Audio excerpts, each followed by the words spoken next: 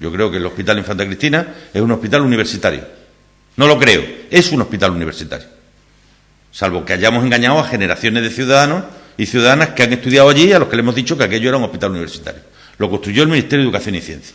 Y no entiendo que la Facultad de Medicina, por ejemplo, o la Escuela de Ingenieros Industriales, por ejemplo, que está al lado, no paguen IBI y el Hospital Infanta Cristina lo tenga que pagar. Pero esa es mi visión, mi interpretación de la ley. Entiendo que quien hoy gobierna pueda tener otra. E entiendo legítimamente que los ayuntamientos lo reclamen. Ahora, a continuación digo, si hay dinero para pagar el IBI por el Hospital Infanta Cristina, tiene que haber dinero para pagarle a los ciudadanos lo que se les debe por el exceso de copago de medicamentos. Es decir, o dicho de otra manera y por pasiva, nadie puede entender que se puedan adquirir nuevas obligaciones de gasto mientras no se hayan cumplido obligaciones de gasto con los ciudadanos desde hace ya casi año y medio.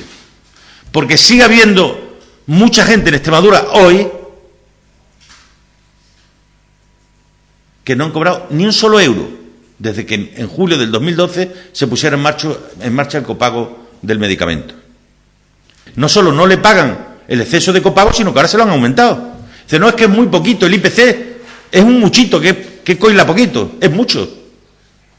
Para la gente que tiene que elegir entre eso o pagar la luz o comer es mucho. Entonces son estas cosas que te cuelan de soslayo y que parece como si no tuvieran importancia.